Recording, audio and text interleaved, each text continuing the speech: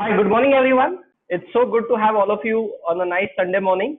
On behalf of IMS, welcome our panelists who have been kind enough to spare their time on a Sunday morning with all of us. So, to start the proceedings, let us first know our panelists. So because a lot of things in the session is derived from the background of our panelists. So, Anushri, can you start the proceedings? I'm going to proceed in alphabetical order. Okay. So, hi everyone, I'm Anushri Naik. Good morning. I am a chartered accountant by profession. I completed my graduation in BCom from R.A. Podar College, Mumbai. I had been working with Blue Star Limited for the last 1 year.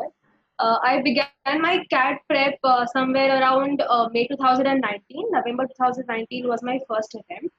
And I was totally committed to IMS. I'm not saying this because I am on IMS portal, but I did what they asked me to do, and because I had no other source. And I think one thing that I did right was to not give up till the very end. So that worked in my favor. I got calls from IIM Ahmedabad, Bangalore, Lucknow, Indore, Kozhikode, and all the baby and small IIMs. And SPGN Institute. I converted. I am Ahmedabad, Bangalore, Indore, and Kozhikode, and SPGN. I will be joining I am Ahmedabad now. Great. Thanks, Anushri. So we are an example of a BCom student joining IIM Ahmedabad. Altaf? Hello, good morning, everyone. I'm Altaf. I was born and brought up in Kerala. I did my mechanical engineering from NIT Surathkal, and I've been working in Bosch, an automobile supplier company, for the past 3 years now. I had a 99.73 percentile in CAT and a 99.78 in ZAT. I converted IIM Ahmedabad, Bangalore, Calcutta, Lucknow, and XLRI, and I'll be joining IIM Bangalore for their PGP program this year. So I started my CAT preparation somewhere in January 2019, and this was my first attempt. Thank you, Altaf. Yeah, Isha? Good morning, everyone. I'm Isha Nisar. I have completed my bachelor's in management studies in finance from Nursey Munji College of Commerce and Economics, Mumbai. And I have a 14-month work experience in media sector. So I was supposed to start my CAT preparation in second year, which never happened because of my extracurricular activities. So I started after my third year. This was my third CAT attempt, and the first two attempts were not at all really went. I converted a few colleges, but I really was aiming for my dream college, which I would also be joining. So I scored a 99.37 in CAT 2019. I got calls from 25 top B schools, which almost everyone wants, including all the IIMs and IFT, MD, IFMS, and everywhere. And I would be joining my dream college, which I dreamt of 6 years back. I am Ahmedabad. Oh, fantastic, Isha. Sandeep? Hey guys, my name is Sandeep. I'm media and communications grad from Symbiosis. I specialized in filmmaking. I finished my course in 2015, and I didn't start working till 2016 because I took a year off and I traveled all across India. From 2016 to 2019, I worked in the media sector with many different corporates, and I also freelanced a lot. So if you actually see my CV, you will see a bunch of gaps there. Then in 2019, I figured that I want to also be a part of the business side of things, and I decided that CAT would be a good first step to figure out what I need to do. And I started preparing for CAT in May 2019, and then everything went okay, and I'll be joining IIM Ahmedabad now. Okay, that's brilliant. So a lot of people who wonder if I have breaks on my gaps on my resume, can I make it to a good B school? I think we already have an answer here. Vedant? So, hi everyone. I am a graduate of economics from NMIMS Mumbai. I am a fresher. I do not have any work experience. I started my CAT prep around this time last year, so around late June, and I scored a 99.96, and I will be joining IIM Calcutta this year. Super. I guess we have a very, very varied backgrounds here. A BCom CA to a mechanical engineer with 3 years of work experience, and then a fresher who's an economics grad to a BMS student who has worked in advertisement, and then of course Sandeep's profile with a couple of gaps in filmmaking and travel, around. I guess the great blend to start with, and most of the attendees or the current aspirants would be able to relate to the stories. So the agenda of the session broadly, this is for all the attendees, of course. The agenda of the session broadly is to help you, the current aspirants understand the nuances of preparation, to break the myths which are there around the whole thing, and to guide you, through the success stories of these beautiful group of prolific achievers. Hemang sir, we can proceed with the questions regarding the same.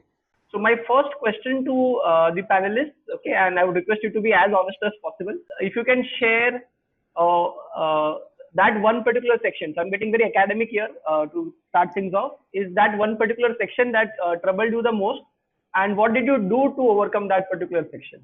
So my quant section was really troublesome. I had a big time dealing with it, from one-digit scores to finally a decent 35, 40 score. And luckily I scored, surprisingly, I scored the highest in my quant section in my real CAT. The thing I found difficult with the QA section was to attempt questions per se. So I heard from my co-aspirants that they were going through round 1, round 2, and then round 3. And I wasn't able to attempt questions in the first round itself. So I basically decided to go from the basics to increase my speed in mental maths, to try as much as possible to not put pen to paper, which was what our mentor had suggested. And I did very basic stuff, no fancy stuff. I started writing tables, squares, cubes, started maintaining a book for mental math. And that is how I prepared for the speed and accuracy of the quant section. After taking a lot of mock tests, I realized that I wasn't able to attempt a lot of questions until the very end. So I decided that I'll be taking only round 1. As much as I can solve in that first round, I'll be attempting those sums, and it worked in my favor. So I followed the same strategy. Of course, to arrive at the strategy, I had to do a lot of trial and error, but finally I implemented in my real CAT as well. So a good preparation and a good strategy helped me to gain my highest in points. So Okay. Just to give you a perspective here, people, Anushri's the case is very interesting. I guess if I'm not wrong, she scored 100 in SimCAT 13th for the first time. So her preparation, as she rightly said, took pace really towards the end. She initially was into trial and error method and trying to understand what will work for her. It's a very interesting story in terms of how consistency and perseverance and having the right strategy helps you ultimately get the things clicking. Others, please add to it. So I actually had the same problems that Anushri did. Like quant was my weakest section, I would say. And the issue wasn't the concepts, the issue was my speed. So I was not able to answer as many questions as I wanted to. And obviously there was a lot of things that I did to try and increase that. I started off with attempting 5 to 10 questions, and I got up to a place where I could go ahead and do 20 to 25 in a mock. But what I think I did that helped me more is that LRDI being my strength, I did not get complacent and try to work even hard and make that section so strong that I knew that I would face any challenge on that. And that worked out in my favor, because in the actual CAT, I managed to attempt only 17 questions in the quant section. I got them all correct.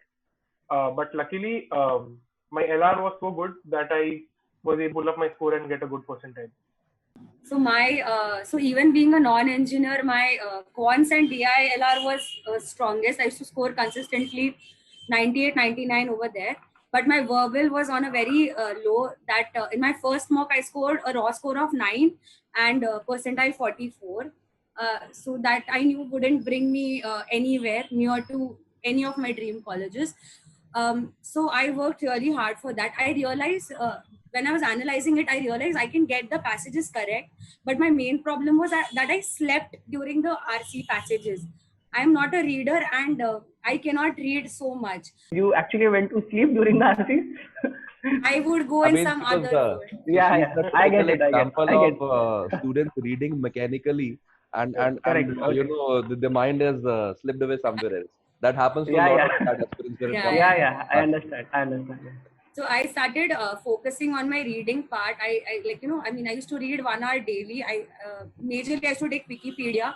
I would go on any random topic. Also, I realized my few genres like science, economics, business was on a strength, whereas something like an history or a psychology was not my thing. I would get lost majorly in these areas.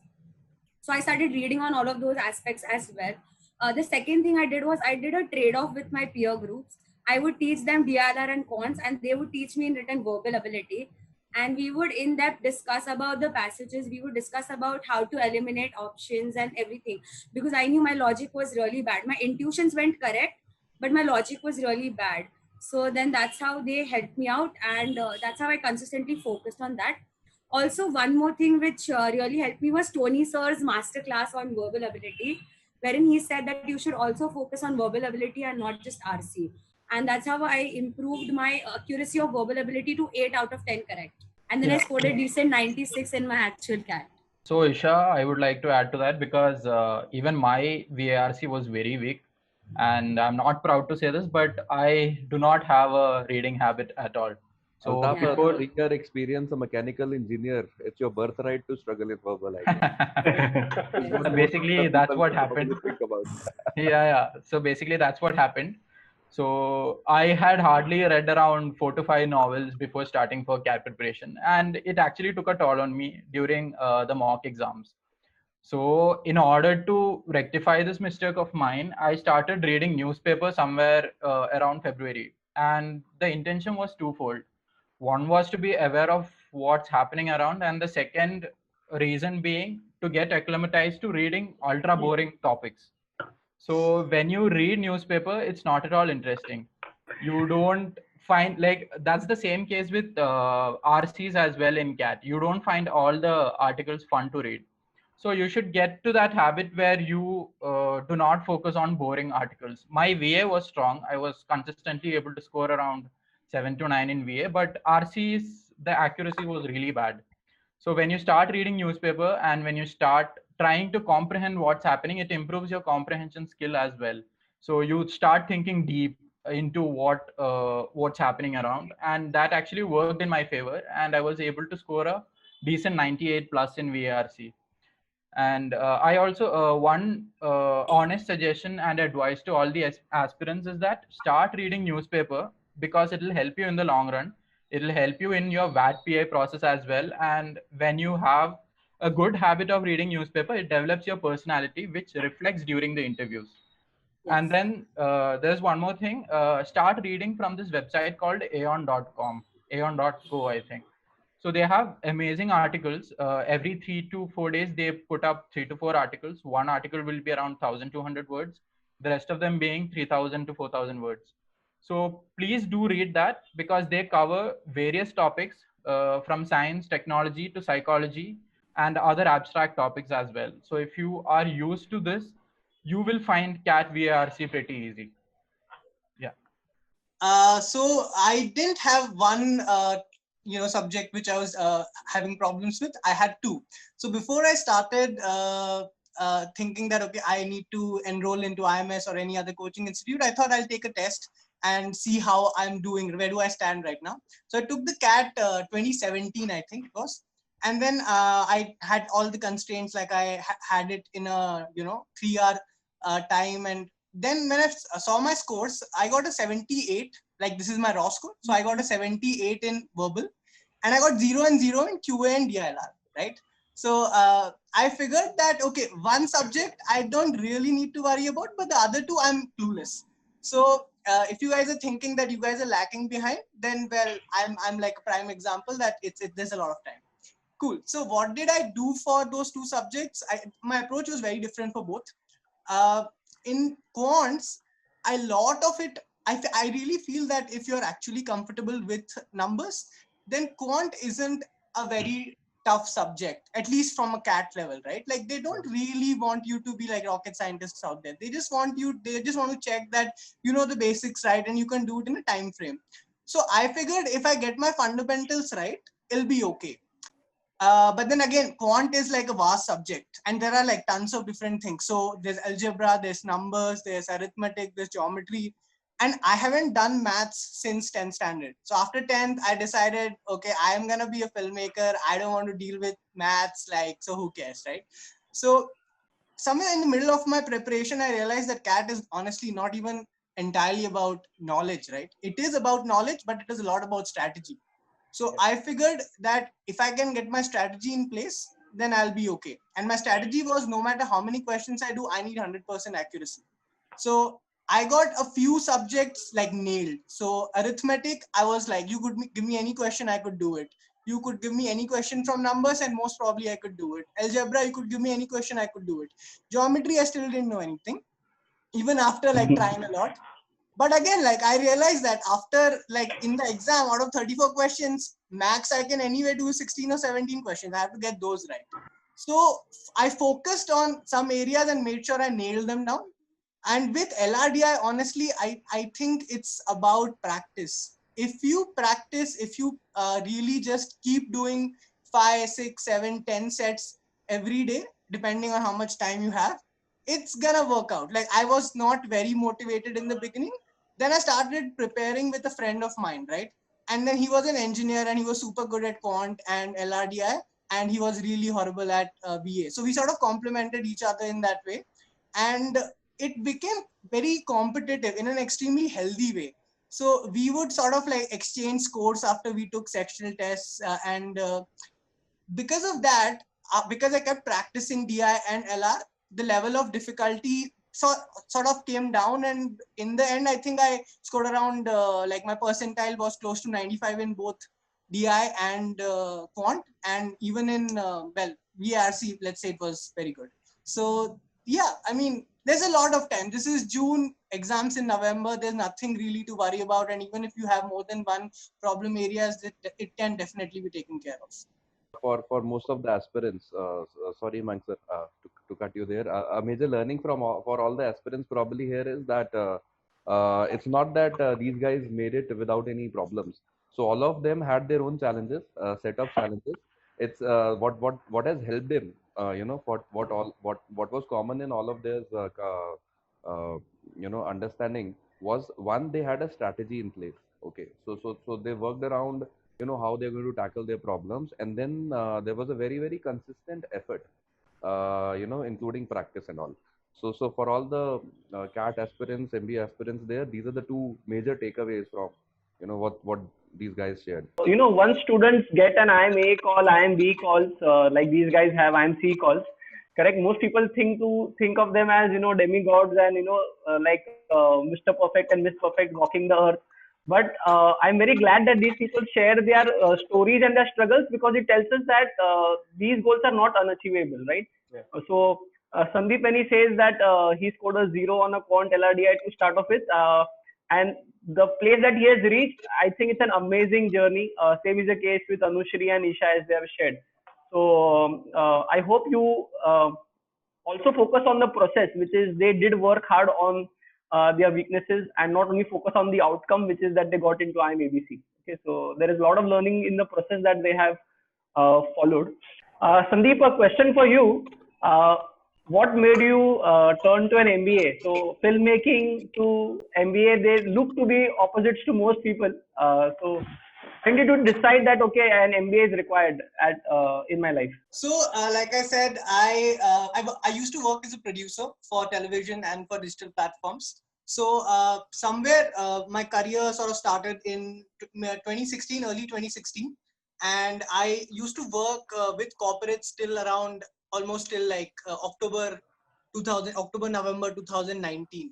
2018, sorry, 2016 it started, 2018 October, November it went on till. I'm sorry for the confusion. Then I decided that I want to start something of my own, and I thought that I'm gonna start a venture where I offer production services.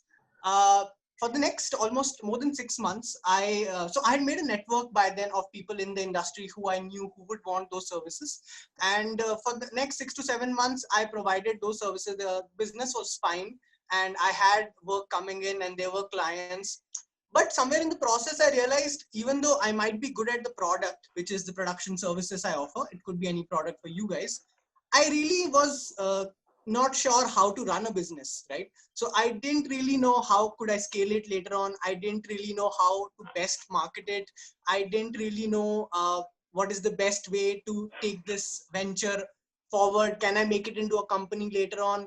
So again, like, no idea, right? So if you want to see it in a technical, non-technical way, technically I was good at what I did, which was audio visual communication or film production.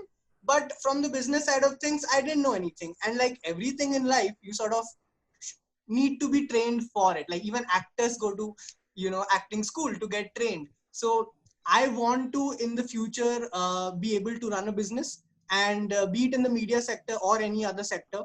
And I realized that if I don't get myself trained, then I might be at a disadvantage.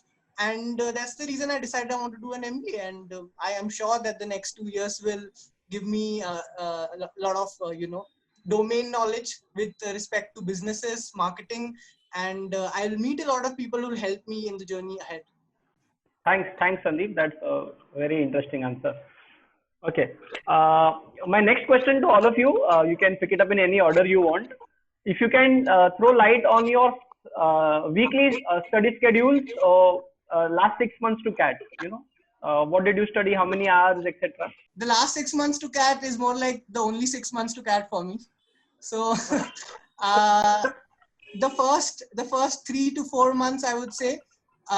So actually the first 2 to 3 weeks, I decided what is realistic for me, right? Like, because one thing all of you guys should really understand that CAT is very, very important, but CAT is not a selection criteria. It's an elimination criteria, right? Yeah. So you take the CAT as one of the major components, but the colleges will then look at your 10th score, 12th score, work experience, etc., a bunch of other things to really figure out what, if they want you or not. And it's not about you being competent or not. It's just about ridiculous competition, right? It's just simple demand and supply. So I figured that I had sort of everything nailed down, like from Ahmedabad, Bangalore, all the colleges I wanted to go to. I knew by the end of the first 2 weeks that, okay, Ahmedabad is possible, Bangalore is possible, Indore I will have no chance of, because there is no way my 10th and 12th scores would be good enough for me to get a call from Indore. And then after I knew what is realistic, I then went on to, your basic, let's clear my math fundamentals, let's clear my DILR fundamentals, practiced a lot, had a schedule. Every day I would dedicate time to the 3 different sections. So morning I would do maths, afternoon I would do DILR, and in the evening I would do quant. A lot of people would tell you to do it the other way around, and that makes sense also because that's how you attempt it in the exam. But my logic was I'm freshest in like the morning, right? So I want to like grapple with things I'm not very comfortable with in the morning. By the evening, I'm like, let's just watch some Netflix. So like at that time, I'm much more comfortable doing RCs or something, which is very natural for me. So yeah, you have to pick your own strategy that way. But then after the first 4 months, the last 2 months, all I did was mocks. I would take one mock, and for the next entire day, I would, sort of analyze it, like where I could have gotten better, what mistake did I do. And that sort of really helps you in figuring out where do you lack. And unless you really question how are you not doing well and keep it a very objective analysis, you're not going to get better. So yeah, then after that, I was very comfortable with mocks, and I think I must have given at least 35 to 40 mocks. And on D-Day, it was just like another mock. You just walk into like an exam center and you sit there and you talk to people, ask them how's life, and then you go and take the exam, and it's fine. Sandeep, if you can also mention your academic background in 10th, 12th scores, if you're okay with that, because people are asking about academic background. So my 10th standard, I did from an ICSE school, Ryan International School, and I scored 85%. In my 12th, I graduated from CBSE school, DAV public school, and I think I had 84%. And in my college, I had 76%. So again, by no means is it the kind of profile everyone tells you need to have to get into a great college. I think you need to figure out if you have those spikes in your background and your profile. And at the end of the day, I mean, I know this is more CAT centric, this discussion, but at the end of the day, the colleges want to know if you're an interesting person or not, or what have you done with your life, right? Like if that is in place, and if you're fairly academically okay, which is again your CAT and other stuff, then I think you have a great shot at any college you want to go to. Because again, remember, these are signals. This is not the end game. Yeah, so like I was saying that for me as well, the last 6 months were the only 6 months for CAT.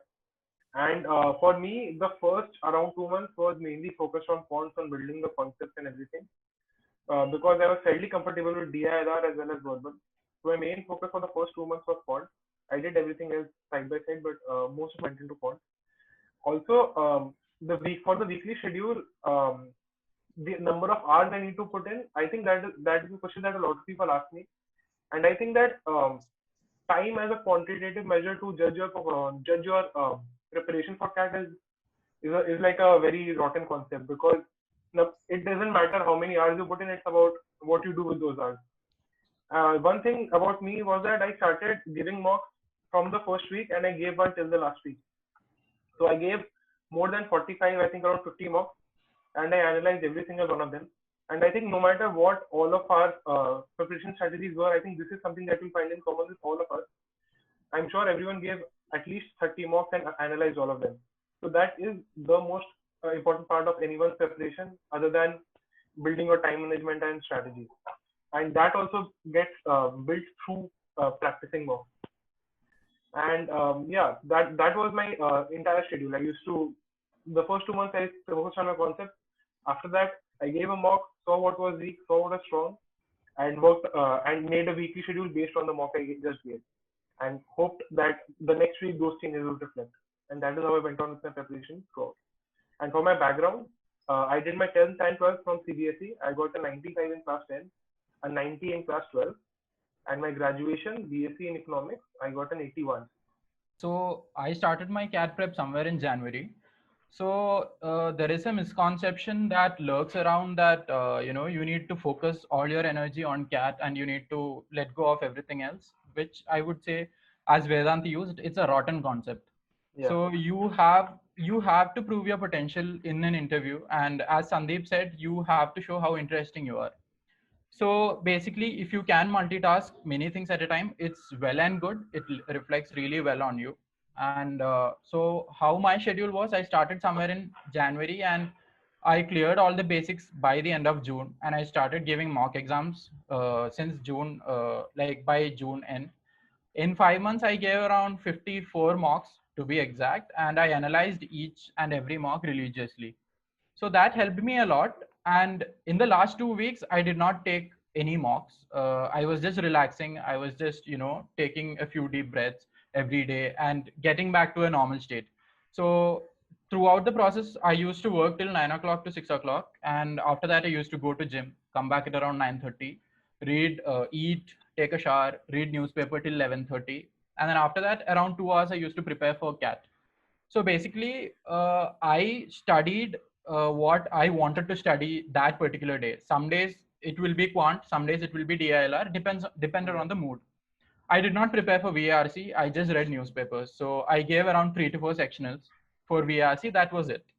I focused more on improving my comprehension skill rather than, and that worked in my favor. And that's what I would advise everyone as well. Like, do not let go of any of your hobbies, because there will be points of time during your preparation where you feel ultra demotivated and low.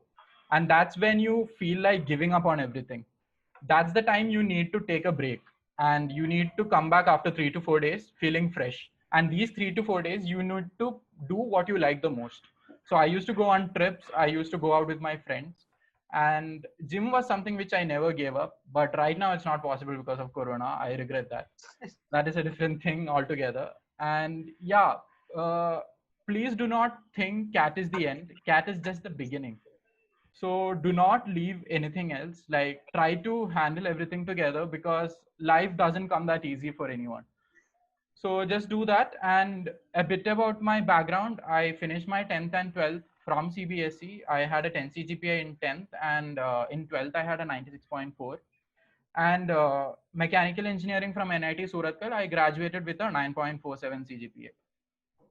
Yeah. So I think most of the points, all of them have covered. I'll just stick to what schedule I maintained. So I started working in the month of March 2019. And luckily, even before I decided to take up a job, I had come to IMS for a counseling session. And that is when one of the counselors suggested that I should take up a job because it will definitely add value and of course I was learning something new.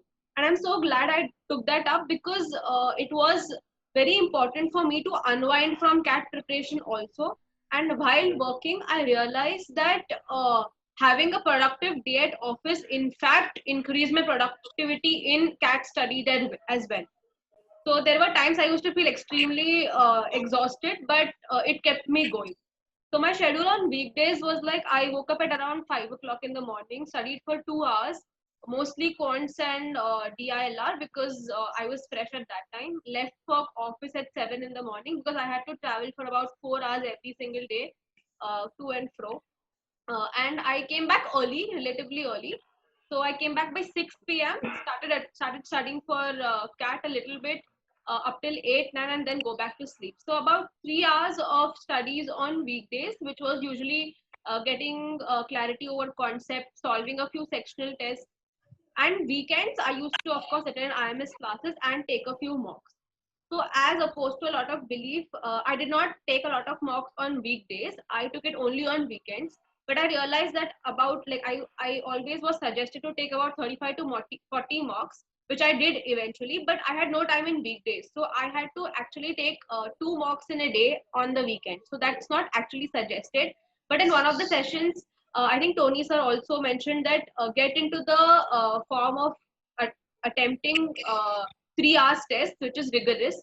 And so when I took a lot of mocks like twice a day, at the end of November, I was pretty clear that fatigue is something that I would not encounter, because if I was comfortable with taking 2 mocks a day, then I would definitely not be mentally tired by the end of quant section in the real CAT. So that helped. And of course, analysis is equally important. So my weekends were usually spent in attempting mocks and analyzing them, about 6 to 8 hours of preparation. And as Altaf rightly said, don't ever give up on your hobbies, because they really help. So I enjoyed writing. So I maintained a blog all throughout my CAT preparation along with job, and it's totally possible. If I can do it, anybody can do it. And it definitely helped in my interviews, because they obviously will ask a lot of questions on your hobbies and interests, because they want to know you. So that really helped. So of course, a lot of sincerity and hard work, but a little bit of chilling was also fine. Student, okay, Sandeep has something to add in. Yes, No, Sandeep. I mean, I'm seeing a lot of people saying, asking questions about if this is my profile and can I have a shot at it. So first thing I want to tell people is that you guys, all of you need to be mechanical or objective about it and not emotional, right? This is an investment into your professional life and not into your personal life. So firstly, see this as just a venture. A lot of people get demotivated because they see it emotionally, and I don't think that really works out. More specifically, if you have 84% or 92% or 98%, all that is data you can't do anything about at this point of time, right? So if you really want to know, you can go to any college website and they will tell you how many marks they will award you for that score. So for example, if I'm not wrong, this year Calcutta would have given you 10 on 10 in their 10th or 12th academic criteria if you had 80% or above. But Lucknow had a very different criteria, that if you're 82 to 84, I think you only get like 2 marks or 3 marks or something. But if you're 96 or 98, you get 8 or 9 marks or something. Yeah. So you can check these things. But more importantly, this isn't really important now. What is really important is you give your full attention to CAT. And at the same time, you really ask yourself, why are you doing an MBA? And how are you going to be a good fit at an MBA college which expects people to be diverse and have done different things? So I think that is a much more question to really spend your energy and time on, rather than if your profile is good enough to go into a certain college. Right. So what Sandeep is rightly mentioning here is worry and focus on the things on which you have control as of now. Yeah. Don't worry about the things which is your past and you can't do anything about it. So that's a very important learning from this discussion. We've talked about mocks here. I guess people want to know a bit more about it. So we have almost understood that most of you took a good number of mocks and spent a lot of time on analysis. What people are now interested to understand is the trend of your scores during mocks. So the question that we have is which month did all of you reach the 99th percentile in the mocks? So I'll rephrase this question saying that which month probably was the changing month in terms of your preparation, when actually you started scoring well and the confidence was right well in place? Just to add to Shaminder's question, if you can also mention the lowest point Right. and the highest point so that people know that the journey that you have traveled. Right. Well, I think Isha can start. I think Isha. So my thing was I had a very very different journey throughout the last 6 months. I was undergoing 3 operations simultaneously, 3 treatments, and that happened during August-September month. So even before I started in the month of May preparing, I had a very major fall during August-September, wherein I had 3 treatments. So I reached a very low score of 60-70 percentile also at that time, from a 96-97 percentile. So that was a very big dip, and reaching a 99 was approximately in the month of October, November.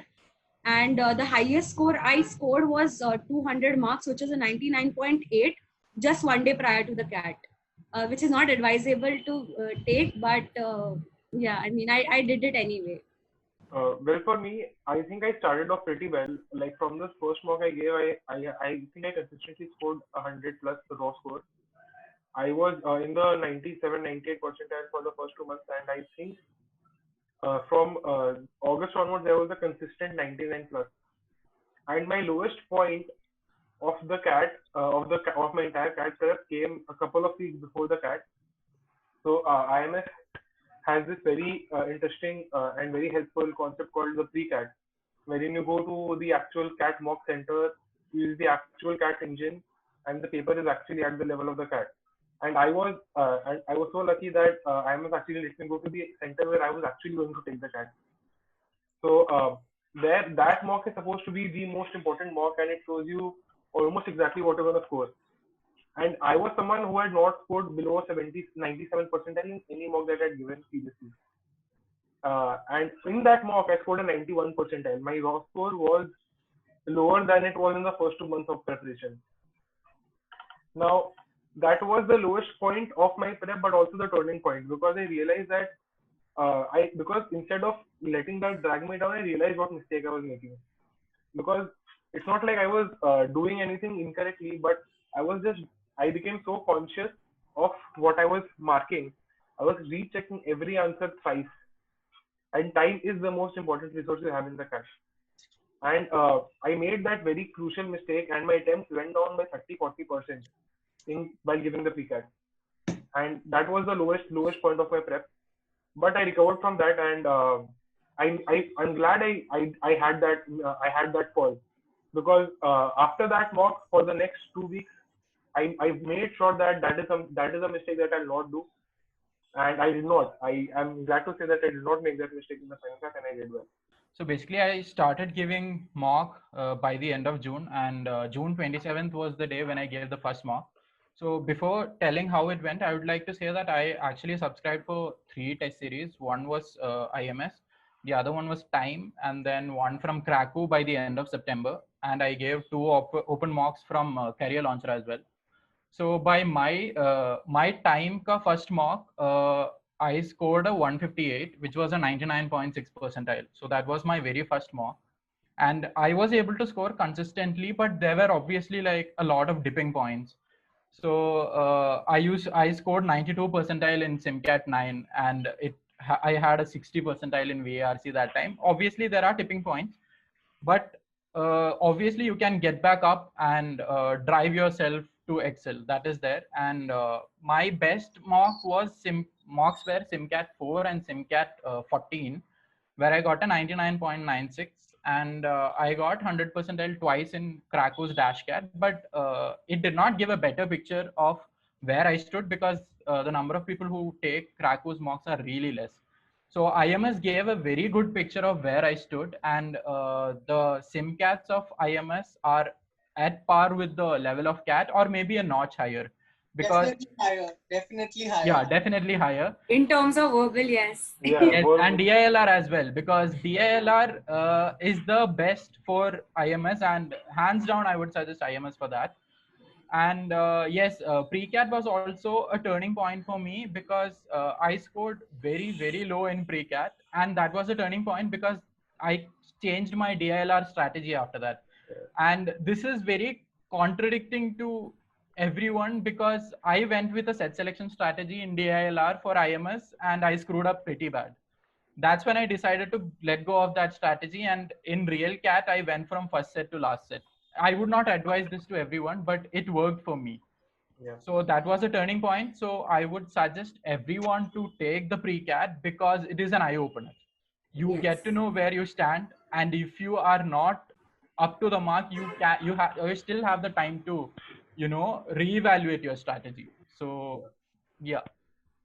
So I had a very funny graph for SimCats. To the point that it might sound very unrealistic right now, but I bet my IIM Ahmedabad admit, and I say this with all my honesty. So I referred to my Excel sheet that I had maintained for all my scores. I like to tell all my scores from SimCat 1 to SimCat 15, which were the proctored SimCats. So I started with 47, then 54, then 63, 84, 92, 96, 95, 98. This was the highest time when I aimed at SimCat 8 was done and I was desperately waiting for crossing 100. And SimCat 10 was 46 again. And that was the lowest point in my preparation. When SimCat 10 had occurred, it was almost September, end or October, and people were scoring 99.99 percentile, and I was still at the lowest score, lower than my first SimCat. SimCat 11, 72, SimCat 12, 84, SimCat 13, 102, which was the first time I crossed 100. SimCat 14, 126, SimCat 15, 144, and MainCat 144. So it was a very funny journey, but the main thing that I did was to not give up. It was really difficult to not score even above 100 up till November. So when Shaminder sir asked, what is the point when you scored 99 plus percentile, I never crossed 99 plus percentile. It was the main cat when I scored my best, which was a 98.20 percentile. And so if you're at any point in any month when you don't score well, don't give up. That is the ultimate formula, because the main cat exam could be your best cat attempt and you don't want to screw that. So there were a lot of low points in my SimCat journey, but the one good thing I did that was continuously analyzing them and trying to find that one best strategy for on the day of the cat. That's actually something like I throughout my cat prep I met and I got to know a lot of aspirants. And what Anushri is saying is actually the biggest issue that people face is that after going in the 3-month and 4-month mark, if they aren't seeing a 99 percentile, then they just go down and give up. Because I'm pretty sure that out of everyone who's preparing for CAT, at least 80 to 90% of them are either in college or working, and they all have their final exams and work pressures and targets to meet. So they just go ahead and give up and be like, I'll try again next year. That is the worst attitude to have. And I've seen many people who had the potential but just couldn't make it because they gave up in the end. So make sure you don't do that. And no matter what you score, make sure you score your best. And can I add something to my CAT 18 story? So in CAT 18 also I was a consistent 96, 97 percentile. And right from October, my score started dipping to 75, 46 to a point wherein I scored 20 percentile just 14 days prior to the CAT. And it was because of some, again, my treatment which was going on. And I was quite shattered because 20 percentile 14 days prior, and I couldn't have pulled off any which ways. But I did not give up. I gave in my everything in the last 10 days. It took me 4 days to come up for sure. But in the last 10 days, I gave in everything and I scored a 91. So if in 10 days, I can score from a 20 to 91, I think you are in June, you can score 100 percentile also. I think the one clear point here is we have people of all sorts here, so Vedant was consistent throughout, maybe for one minor dip during the pre-CAT. Anushri had a Dhoni innings, I would say, where she peaked exactly in the last over and hit a six on the last ball, I would say. So the point here is your graph will be very different. What matters is, are you picking at the right time, which is on the D day, I would say, or the C day rather, correct? Specifically to be noted here is their passion that they had for their SimCats. Anushri has an entire sheet ready with her SimCat scores. Everybody's writing 40, 50 mocks. So I think that dedication and that passion is what I think separates the performers versus the non-performers. So I think that's one point that the participants should take from here, that they consistently did write mocks, and I think Anushri mentioned again that she took 2 mocks a day. Believe me, if you try that, it's not a very simple thing to do. It requires a lot of determination and dedication to do that. I think somebody mentioned that they get up at 5 in the morning to study. Again, a really difficult task to pull off, I would say. So I think that's a differentiating factor. And during the interviews, I think the panelists also pick up on these traits, So Yes. these are invisible, but they do pick up that, okay, it's going to be a really difficult task to manage work and studies, and and hence they reward you with their final converts also. Right. Correct. So there is a very interesting question in the chat. So someone is asking, should they do the day before the CAT? Should we revise concept or go to papers? I think that you shouldn't do either of them. I personally went for a movie, a very bad one at that. Which one? But the one thing that I did do the day before the CAT was meditate for an hour. And meditation is something that I do not do like generally. And meditation doesn't really mean just closing your eyes and breathing and all of that. It means different for everyone. So what I mean by meditation is I focus my thoughts and I visualize how the entire CAT process will go. And from me entering the test hall to sitting there, scoring 100 percentile, going out and celebrating. So that is what I visualize, and that is what everyone should do from day one till the end day. And in the last week of CAT, I would say that you should be at a point where you should be able to calm your nerves and relax a little. That is most important, because being at the topmost of your physical and mental ability on the day of the CAT at that time is the most important thing. Yeah, putting pressure on yourself the day before doesn't really help with that, in my opinion. I was actually partying one day before the CAT. I went for a walk. I was chilling with my friends and I was just having the best time of my life, as if there's no CAT tomorrow. I'm already 100% and I'm just celebrating. Exactly. So, I would like to add to this, because the last week of CAT should be the time when you are completely relaxed and when you are in your most peaceful state of mind. So you should not study anything, because see, like whatever you did in the past 5 months is more than enough. You can't change a lot in the last 1 week. So that is where you need to be as relaxed as possible. And you should be as comfortable as possible, because people take a lot of stress for CAT exam and it gets into their nerves on the D-Day. So that's what happens. And I know potential 100 percentilers who did not do really well in CAT as well. So just be really calm. What I did on the last day was I went out to play badminton. And after that, I watched a movie, and my center was 40 kilometers away from my place. So I rented a car. And I asked my junior to stay with me and drop me to the exam center, which worked for me because I was completely in my comfort zone. So on the last day, do not do anything. Don't touch the books. Just eat healthy, stay healthy, sleep well. That's it. And coming back to what Sandeep mentioned before, is that the actual CAT should be like just another mock for you. And if you prepare well enough, I'm pretty sure that all of you can get to that stage where you'll not be nervous for just taking another test. Yeah. So that's I was playing video games on my phone 2 hours before CAT. So, it's okay. And one more thing I would like to add is, if you have a morning slot, please do eat breakfast. Yeah. Because you need a lot of stamina to give a 3-hour exam. It doesn't come that well.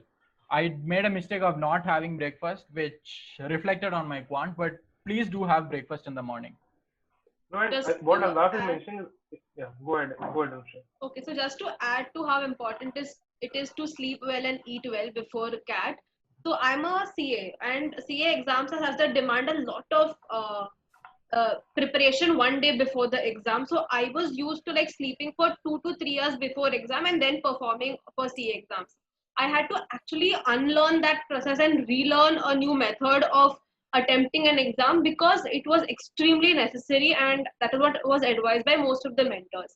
I slept for a whooping 12 hours. Luckily, I had an afternoon slot, so I could do that. And I also carried a lot of Cadbury chocolates in my bag just to eat it just before entering the examination hall. So we usually reach a lot early than the reporting time, and so I had to like literally eat 4 Cadburys or something sweet which can boost your energy levels just before entering the exam. Okay, I have an interesting question for all of you. So apart from preparing for the CAT, the mocks, the quant, the verbal, etc., what were the other things that you did to prepare for the MBA program? So somebody mentioned that they had wallpapers of the B school. Somebody mentioned meditation, etc. So those tiny things, that help you in your mental preparation for CAT is my question for you. So I am a dancer since the last 17 years, and I would say that dance was something which really helped me. I would motivate myself like that rabbit and stick way, that if I complete so much, I would dance for 5-10 minutes or something like that. So I would do it really fast. I also learned Chinese Mandarin for my time pass sake, because I wanted to. Now I don't think it will be useful, but I was doing that. And apart from that, I used to talk on phone with my friends for 4 to 5 hours, because that was a booster to me. And I used to read a lot on different subjects, not particularly CAT or something like that, but something that interested me and kept my mind going on. And I started with my new hobbies here and there, and I started gymming also for this thing. Basically, gym was like a second home for me. That's where I vented out all my frustration, and that helped me a lot. And this might sound silly, but figuring out the right diet for you is also very important. This is what I figured out when I was giving mock exams. So there were days when I had food which made me sleepy during the exam. This is not a joke, because with this I personally experienced. So like when you're giving mock throughout the season, figure out what food suits you really well, and what is that food which can help you stay focused for 3 hours. So for me, like if I eat something really sweet, I feel very sleepy. So I have tried out a lot of things. I tried having Red Bull before exams, and I tried having coffee before exams, and then I tried a lot of things. But finally, like I was able to figure out what suited very well for me, because having coffee, after some time, I get a caffeine crack where I feel really sleepy. So this is a very fine aspect which I don't think people would actually notice, but I think you should give a little bit of importance to this as well, figuring out the right routine. I think what Altaf was mentioning was actually something very, very important. Like something that I think IMS mentors only told me to do, and something that really, really helped me was that we get our admit cards roughly a month before the CAT, so we know which slot we're gonna give. So getting into the habit of waking up at an appropriate time to that is, so for example, I am someone who used to get up at 9 or 10 every day consistently. I could not get up earlier than that, and my CAT was supposed to be at 9 a.m. So I got into the habit of waking up a little early and giving mocks at 9 a.m. Getting into the habit of being at your peak during that time period. Also the eating habit that Altaf is mentioning, it seems very funny, but it is something that is actually very, very important. So eating right, sleeping right is I think even more important in the last few months than actually revising the concepts. Because if you're not able to perform to your best, it doesn't matter how much you've learned or how much you can do. Yeah, you need to be physically and mentally fit for this exam, and for that you need to be at your peak. Yeah. So yes, Vedantia, he made a very good point there. Like, give the habit of have the habit of giving mock exam in your actual slot, and drive your peak towards that slot. Yeah. So that will help in the last 2 months. Yeah. And coming back to what I did to complement my preparation, I think what we've all been mentioning before as well is that you should just keep in touch with everything that you did before CAT. CAT shouldn't take over your life; it should fit into your life. So my routine did not really change majorly after I started preparing for the CAT. Yes, I had to sacrifice a bit of a social life, but it didn't mean that I still didn't go out. It didn't mean that I still didn't go for movies. I used to do everything. I really, really enjoy music. I enjoy rap music, and I started writing rap during my preparation for CAT, and that is something that helped me vent my emotions and keep up the confidence and motivation for myself. I actually wrote something for myself that I used to sing to myself when I used to feel low and when I wanted that bit of motivation. So different things go for everyone, and I think you need to find what you're comfortable with and stick to that. And yes, the important thing is don't let CAT take over your life. Let it fit into it. So I'll also jump in with something very similar. So for me, CAT was a job, right? It's not a dream. It was a job. I had to do a good job. Getting into a B school was a job. It wasn't like a passion, right? So I would, whatever schedule I had made, I would stick to it completely. So if I have to study, I study and do nothing else. Even if it's 3 hours in the morning, 3 hours in the evening, whenever, those 3 hours are only for studying. And the rest of the day is your time. So you do whatever you want to do. You want to go play, you want to watch a movie, you want to hang out with friends. It doesn't matter. It's very much like when you actually go and work, right? So you'd be expected to work for 8 to 12 hours or 13 hours, whatever. And the rest of the time is yours and you really do whatever you want to do with it. The important thing is that those 8 hours in your job or in your CAT prep or whatever, those need to be solid 8 hours. You can't really get diverted at that time. And other than that, figure out what makes you happy. Like if you just want to like binge watch Friends, sure, go for it. If you want to learn Mandarin like Isha did, amazing, do that. So divert your time, and again, don't be under pressure to be productive all the time. A lot of people do that, and it really takes a toll on their mental health, which I think is something super important. CAT, again, if it is anywhere difficult for you, figure out what makes you happy, figure out what will be something which sort of restores that balance, and just go with that attitude, and it will overall develop into a very positive persona as you sort of go ahead in your CAT journey as well.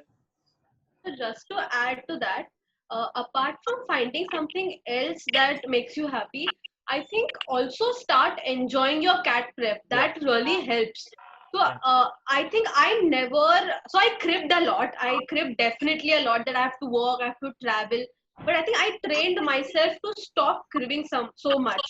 So the good thing of having a routine is that you should be grateful you have a routine, that you have to get up in the morning, study, go to office or go to college, come back. Imagine if you did not have that routine, you would be so aimless in life. The reason that you all 58 of us are here today is because you have something to look forward to. So if you stop cribbing and start enjoying the process, that will be really beneficial. That is what I tried. So I started to stop cribbing about traveling in office and try to enjoy that aspect as well, and try to make CAT preparation also fun, because believe me, CAT is one of the exams where you can enjoy studying. Like you can enjoy one of the subjects, you can also enjoy developing on your profile, on your extracurriculars. So enjoy the process and go ahead. Also, nobody likes people who crib a lot, so don't crib in general anyway. Yeah. No, but it's actually very interesting because for me, like one thing that helped with me, helped me in the verbal and RC section was that, like Altaf said, that even I was not much of a reader. The only books I'd read before studying the CAT was Harry Potter, and I'm very proud to say that I haven't really read any novels for CAT itself. But what I did instead was I tried to build a habit wherein I took an active interest in what I was reading in an RC. Because once you give, say, 5 mocks, you will realize that out of the 24 passages that you read, there'll be 5 or 6 passages that will actually teach you something that you don't know about, and that will actually help you maybe in later life. I actually gave a mock where the RC was about ease of doing business, and for me in my CAP interviews, that was the topic for the VAT as well. Taking an active interest in RCs is something that really helped me, and it is not something that happened naturally. I forced myself to develop it. I used to look for things that are interesting, things that I will remember, things that would help me later in life, and doing that I think really helped me going through RCs in a much better way. Very, very interesting and important inputs, I guess, by all of you. Students are now getting more and more, interested about understanding the interviews, part, which is, of course, as all of you have mentioned it on numerous times. I guess what we can go ahead with is probably you guys can share your, I'm sure you have gone through a lot many interviews. Probably you can share the most interesting interview experience you had, and probably one pointer from each of you in terms of what helped you in the preparation. So maybe mock interviews or preparing, how did you read, etc. So if you could blend your most interesting experience and what helped you the most. So basically my preparation for interview was reading newspaper, being aware of what's happening around, and most importantly being self-aware. So in an interview, you just can't blabber. You have to think what you're going to say, and you have to be really thorough about yourself. That is very important. And my most favorite interview was IIM Calcutta interview, which lasted for just 12 minutes. It kept me on the toe the whole time because as soon as I entered the interview, they made me really comfortable. So I was comfortable. And the question started around, do you drink? I told I do not drink. Actually, I do not. So I told I do not drink. And the next question was, why don't you drink? I told it is in my religion to, uh, abstain from all these intoxicants. And plus, it's a personal choice as well. So I don't drink. So the next question was, okay, so you abstain from intoxicants. I'm just quoting the interviewer right now. So they asked me, okay, I'm going through your application and your career has been pretty successful till now. Isn't success intoxicating? Why are you pursuing it? I was stunned. So where did that come from? So I told, okay, good question, but I had to think. I really had to think because if I blabber, I'm gone. They'll kick me out of the interview. Right. So I just told that, success is intoxicating if it lets you get into your head and if it lets you feed your ego. I made that up right then and there. I did not know what else to do. So if it lets you, let's get into your ego.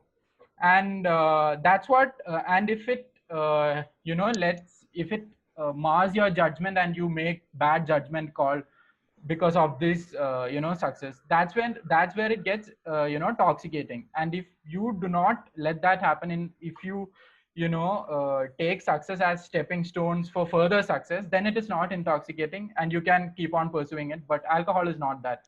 It mars your judgment to an extent. So that's what I told. And even though it was just 12 minutes, it was very interesting. I will share one more question which I got.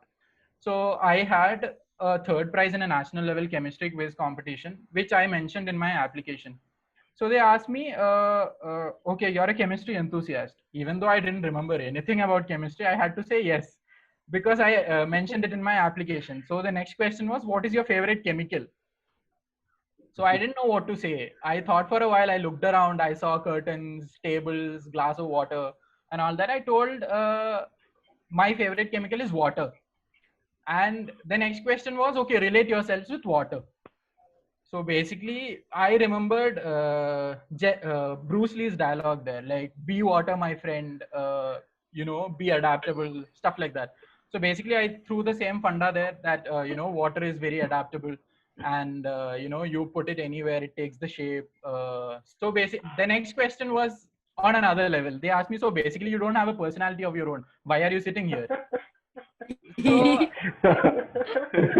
So I knew that I had to come up with something which will make my interview. So I told them, I'm sorry. I smiled and I told them, like, I know it might have come out wrong, but that's not exactly what I meant. I meant that, like, if you put me in any situation as such, I would come out with flying colors. I'm very adaptable. And I also took an example of an internship which I had done abroad, where I was thrown out of my comfort zone, but where I get, adapted to their culture, food, and all that, and where I had a really good experience. And after this answer, they told that my interview is done and I can go. I could not make anything out of it. It was a 12-minute interview. So I was pretty stumped and I was on the toe the whole time, but fortunately I was able to convert it. So that was a very interesting experience. So a very important point here to add to the aspirants: do not do any judgment while you are going through the interview. One, of course, the presence of mind matters a lot. Second is, as Altaf could not infer anything whether he'll be selected or rejected. So at times you don't know what is the mindset of the person who's asking you those questions. So what you should do best is what Altaf did best. Use the presence of mind and answer the questions to the best of his ability, and then let the judgment be with them. So let them decide on what parameters they're evaluating you. So very, very interesting experience, Altaf, I must say. Who's going next for this? Can I go next? Yeah. Yes, please. So I had a bit an understanding of how much I would be scoring, and I thought that at least I'll get a call from the top B schools. So I started preparation from the next day of the CAT itself. I would read newspapers and all of those things to get understanding of the topics which are going on, as well as I went on Quora to understand the topics, the types of questions that the students were getting and I segregated those questions into 6 parts and started preparing my own answer. In the journey, I was able to meet a few friends with whom I could prepare together. We were a bunch of 4 people, which includes Anushri as well. So there were 2 engineers, Anushri and me, and we used to prepare on topics together. We would meet for 1-2 hours every day, and we would discuss on any one topic that is there, and we would have different ideas which would help every one of us. We would also have mock interviews apart from the classes interviews that we had on a regular basis, because this is what the aspirants could give you. Apart from that, I was very regular in attending all the classes. I did not even miss a single GWPI class, all the knowledge sessions as well as mock interviews here and there. So a few questions. So my interviews particularly were very jovial. I was laughing from the first second I entered till the last, second I was going out. And in all my panel, I guess except for 1 or 2 wherein it was a stress interview, everyone was laughing throughout the interview. So I also did not have a judgment really. A few questions which were very out of this thing were, something they asked me in one of the interview was, are you single or are you in a relationship? And I was like, okay, I mean, why are you interested in knowing that? So I told them I'm single. So they were like, why are you single? Why are you not dating anybody? So will you date somebody after coming to IIM Ahmedabad? And I was like, no, I mean, why would you say that? So my major interviews were related to creating advertising strategies or sales pitch. But one of them, which was very weird, was to create advertising strategy for ITC cigarettes. And I did not know. I mean, I can market anything and everything except a cigarette because it's not allowed to. Luckily, I remembered the corporate law that you cannot market cigarette legally. So I just told them I cannot do this thing. And that's how I got saved, because I don't know how to market a cigarette also. I'm not a smoker, so I don't know how to even think about it. In the Ahmedabad interview, I had to do a sales pitch wherein I was using some jargons, and the economic professor got a bit frustrated and said that, you marketing people use a lot of jargons that others don't even understand. And it became a bit question. I mean, I did not know how to react, because yes, I was using jargons and I thought everyone know about it. And then I apologized because I couldn't have fought with them. So I apologized and I told them from next time onwards to the another 15 minutes, I will explain every single detail of whatever I'm saying if you think it's a jargon. And the last question, which was very interesting, was tell us something about you that we are not supposed to know. So I never prepared for it really, and I told them about the different kinds of OCDs I have. And one interesting answer, I said that I do not like cockroaches at all. The most disliked thing in my life is cockroaches. And the next 5 minutes went on cockroaches. So I had such funny interviews. So just adding to Isha, so we actually prepared for personal interviews and a VAT together, to an extent that in one of IMS sessions, which was like a week before our IIM Ahmedabad interview, we had requested for a special AWT section, and we were the only 2 people in that class. And I'm so glad that it happened, because it really helped us a lot. So along with PI, also do prepare for your WAT and AWT, because that is definitely important. So I think on similar lines of how both these prepared, being self-aware and obviously knowing your current affairs is important. Apart from that, while preparing with Isha, I actually realized that since both of us are quite similar in personalities, we are extroverts, we are talkative, but as in when our interviews started happening, we actually realized that both of our interviews were extremely different. So while hers were friendly and like a normal conversation, mine were mostly stress interviews and academic driven. So having a group of friends who are similar or different definitely helps, so that you understand a lot of experiences and perspectives of looking at an interview. So my Ahmedabad interview was very long. It was 50 minutes long. So I actually didn't understand how to judge it. I mean, whether it worked in my favor or not. a turning point in that interview was I was faced with a lot of public policy questions about government initiatives, and while I knew the facts, I did not know a lot about public policies such. So it was not going very well. But there was a point when they asked, so I'm a certified graphologist, so I analyze handwritings. So they asked me to analyze the interviewer's handwriting without me knowing his name or anything. And at that point, I realized that the ball was in my court at that time, and I did not stop speaking for about 4 to 5 minutes at that time. I did not allow them to speak. I just went on with my analysis, and so I was very confident at that time.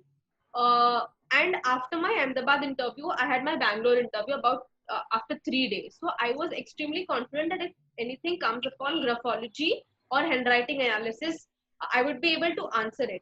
But my Bangalore interview was extremely stressful. They started with the question that you're a handwriting analyst. How do you use it in your work? So I was working with fraud risk management, and I used to analyze signatures for understanding the behavior of the suspected individual. And then they started cross questioning me, similar to what Altaf faced, that don't you think it's wrong to judge a person based on his handwriting and take decisions? It would go against his career. So what I realized is that sticking to your point and maintaining what you have said, even in the form and in the interview, is extremely important. You cannot contradict yourself. So I had initially mentioned that I extremely believed in that science, which is why I did the course. And then they asked me to prove it. So I was like, even though it might look like you did make decisions based on a handwriting, that is what I did not mean exactly. I meant that you apply your logic, you apply your other understanding, and then you can support it with some other knowledge that you have. So I had to repeatedly prove myself in the Bangalore interview. So I had no such weird questions like Altaf and Isha, basically very general academic, extracurricular, work experience questions. And all of them were pretty serious, no expression on the interviewer's face, so I couldn't make out anything. Okay, I'll just jump in now. So I had some very interesting experiences in all my interviews. So firstly, I would like to divide interview questions into three major categories. The first one is they want to know if you know yourself at all. So whatever you have done, why you have done it, and how well do you know whatever you have done, right? So if you're an engineer, how good an engineer were you? How well aware are you of the subjects you were taught in your college, etc., etc. So they want you to basically be somebody who knows whatever that you have done. The second thing is current affairs and news in general. Read news every day, like Altaf has been saying repeatedly. I cannot stress enough how important that is, not just for a MBA admit, but in life in general. And don't only read the news to read the news, read it because you want to understand it, because again, you need to know why is something happening. So everybody knows that, okay, there's a gas leak in Visakhapatnam and there's a fire raging in Assam. But like anybody can say that, right? What is important is what is your perspective on it? What do you think can be done to avoid such an incident? What do you think is the background for such an incident? What do you think went wrong that led to this kind of a thing? What would you do to sort of salvage the situation if you were in charge? So you need to develop perspective around any news article or anything which you read and try to understand. And the third questions, which are my favorite kind of questions, are situational questions, right? So you can't really prepare for them. One of the questions which I had was, this is in IIM Shillong. That person asked me, the interviewer asked me that we believe that 9/11 didn't actually happen, and it happened because the US government wanted it to happen. So, and we have enough video evidence to prove it. So how will you disprove that? So again, who thinks that they're going to be asked about terrorist attack in the interview, right? I didn't really know how to answer that question, but I had enough basic idea about the conspiracy theories which had gone around that. So I made my case in a way that said that there are a lot of differing opinions, and obviously there are conspiracy theories, but there are experts who have given scientific evidence how the second building fell because of the effect of the first building and not because it was an inside job. And you need to give data. Like if you give more data, if you specify fact, if you give facts, then they're more likely to believe what you're saying has some merit and you're not just faffing around, which is very important. And you can't really fool them, man. Like they are way smarter than you. They know a ton more than you do. And yeah, you should keep that in mind when you're answering whatever question comes in your way. And if you don't know something, then especially in a fact-based question, then just be polite and be like, I actually do not know, sir, or ma'am, but I need to learn about it. And that's what I also did whenever I didn't know any question, and it really worked out well for me. So be humble, be polite, be curious, and be curious to actually understand and not just for the sake of curiosity. And that really applies to both yourself and the world around you. And yeah, I think it should work. This policy should definitely work for all of you. So a very, very weird thing. So what a coincidence. I myself, in my I Am Shlog interview, the first 15 minutes of our discussion was about conspiracy theories. Oh shit! I think we understood that. So I told them I like playing basketball, and Kobe Bryant had just passed away. So they were talking about how Simpsons is a show where a lot of world events have been predicted in a way. Oh, I had the same question too. From that, we jumped into conspiracy theories, and that was the discussion for the first 15 minutes. That is something that is very interesting. So that just tells you that you can never expect what you can get. But for my prep, so I realized that before I started preparing seriously for the interviews, I knew my biggest weakness was going to be current affairs. I was a fresher, so I was very confident with my academics, and I knew I could handle personal questions and situational questions pretty well. But I was very, very underconfident about current affairs. I'm not proud to say this, but I did not have the habit of reading newspapers. But I did pick that up. For me, I still am not very comfortable reading newspapers, right? But you have to find a way around it. I have like 3-4 news apps on my phone, and whenever I got the time, I used to open say Times of India or ET Now, and then just run through those articles. I subscribe to email. There are a lot of email services that send you the daily news in like the major highlights were daily news in 3 or 4 paragraphs. I used to go through those to work on my current affairs. And the biggest thing that helped me with my BAT PI prep was the National Achievers Workshop. So it was conducted by IMS, a 2-day workshop. All we did for the 2 days was prepare for GDPI and VAT. And it seems like boring, but it was so much fun. It is not even funny. I am still in touch with the friends I made there. And and it actually helped me cover my biggest weakness, which was current affairs, where we had 3-hour sessions covering every single major world and Indian event that could come up in the interviews. So that really helped me. And one more thing I want to mention is that there are a lot of questions in interviews revolve around you and your profile, and you can actually to some extent predict those questions and prepare for it. For example, one weird question that I was asked was about Nirav Modi. So he had a scam very long back. Now that is something that you would never expect in a CAT interview, right? Especially at this time. But it was a question that I actually predicted. I knew that they would ask me, and I prepared for it. That is because my name is Modi. So I made sure that I read up on Narendra Modi, I read up on Nirav Modi, I read up on Lalit Modi, and I read up on all famous Modis that were there. So that, because I'm sure everyone has heard of it, but I knew every single detail of the case when I went through the interview because I had prepared for it. So that really helped me. And that was my IIM Calcutta interview, and that was by far the best interview that I had. And my most weird question was also in that interview.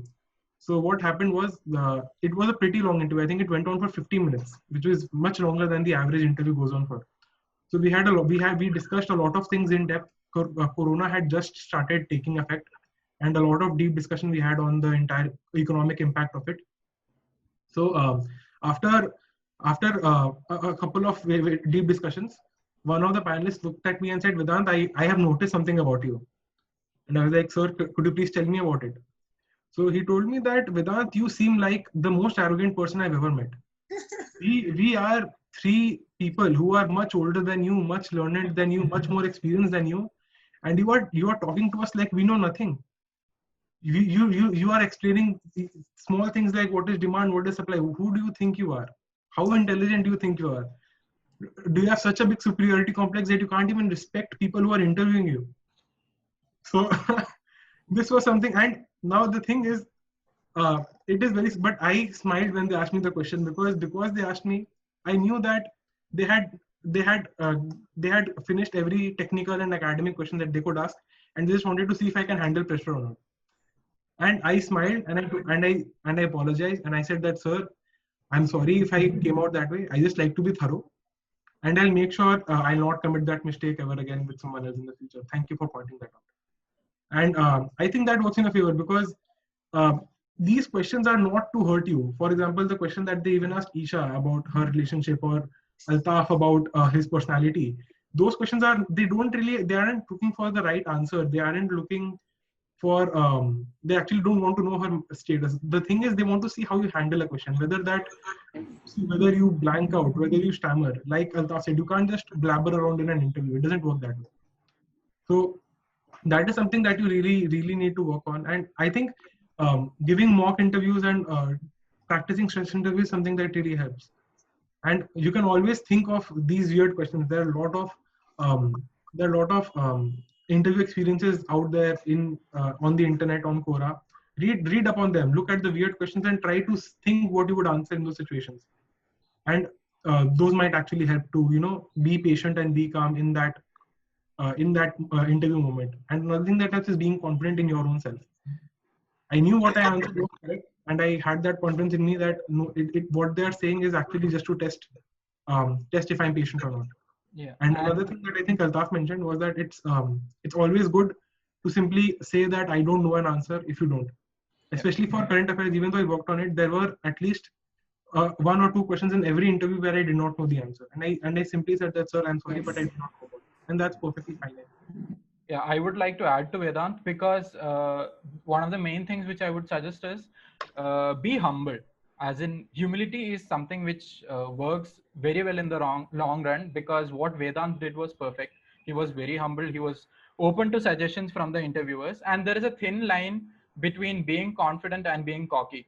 So always be in that confidence line and do not be cocky. So when an interviewer points out something at you, take the suggestion and be humble about it, and accept that you're going to work on it. That is very important, because obviously they are 30-40, they have 30-40 years of experience, and when a kid comes to your room and then they show a bit of arrogance, it doesn't work well for you.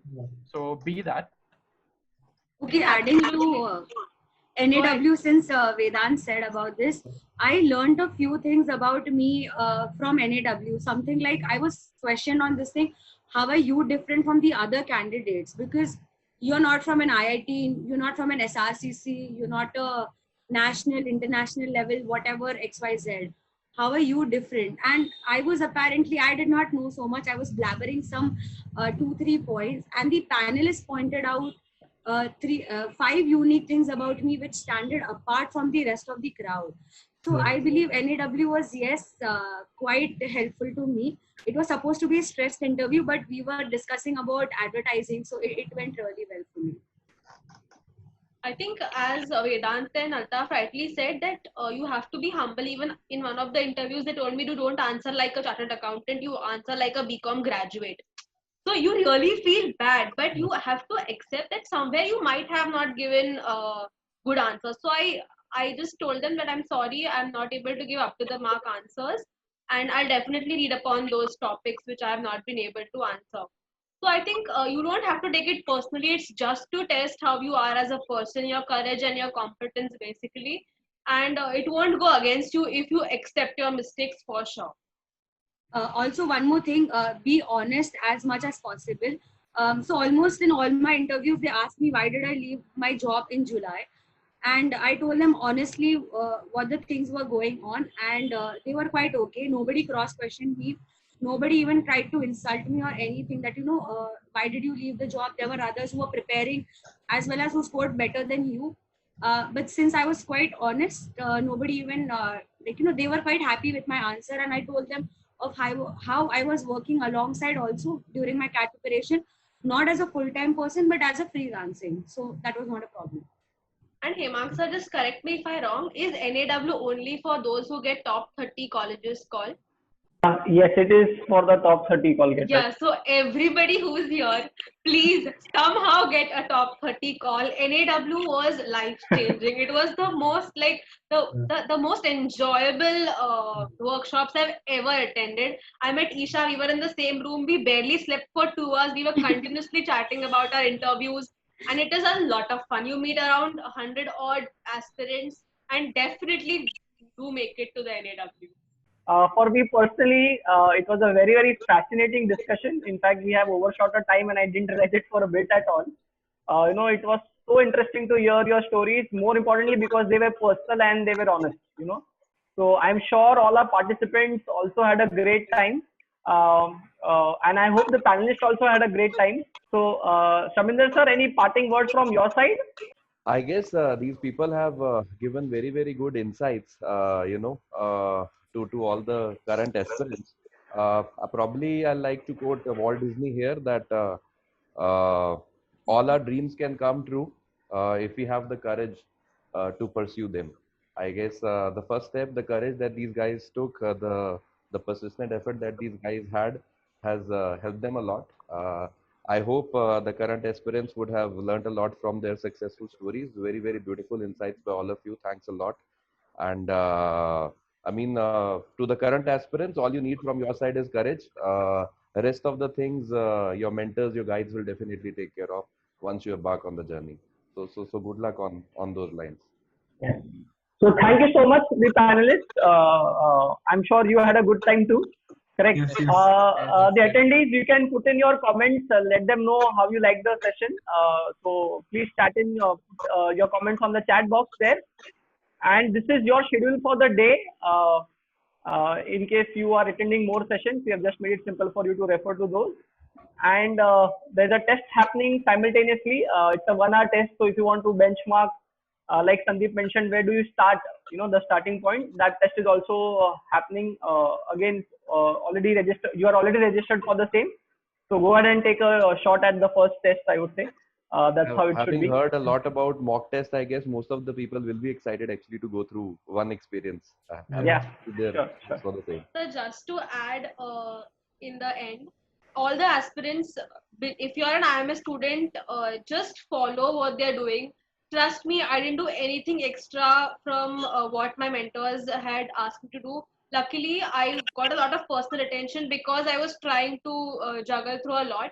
And be it as simple as answering doubts on WhatsApp groups or Telegram groups. I think now we all have Telegram groups. Or be it attending webinars. I remember attending webinars in the evening after office. Trust me, it all adds up, and IMS is enough to prepare you for CAT as well as for GDPI. And I'm not saying this definitely because I'm here, but it definitely helped a lot, and this is the least that we could do today. And one more thing, just never ever feel shy to ask for help. Be that from people who are preparing alongside you, be that from teachers at IMS, or be that from people like us. Yes. Just whenever you have a doubt, whenever you have a question, whenever you want advice, go ahead and be confident enough to ask. And we have been through the same thing that you have, and I'm pretty sure that someone or the other will be able to help you out. So never feel shy to ask for help.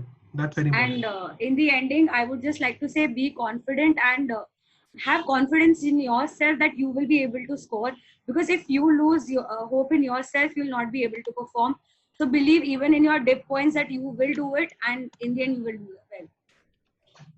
So yeah, I'd just like to say that,